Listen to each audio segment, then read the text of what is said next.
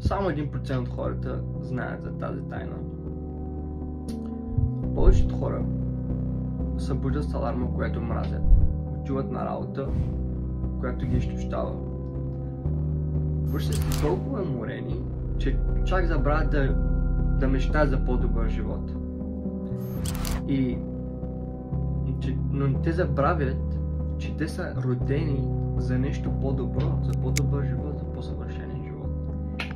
Но има една група хора, които са тихи, но те се учат да печелят пари онлайн.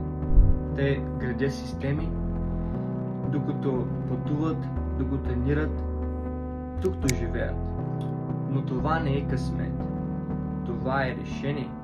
Това е едно решение, което може да промени целият ти живот. Сега ти избираш да останеш от 99% или да станеш от 1% хора, които са тихи, но са шумни в действие и се издигат без разрешение. Това е твоето решение.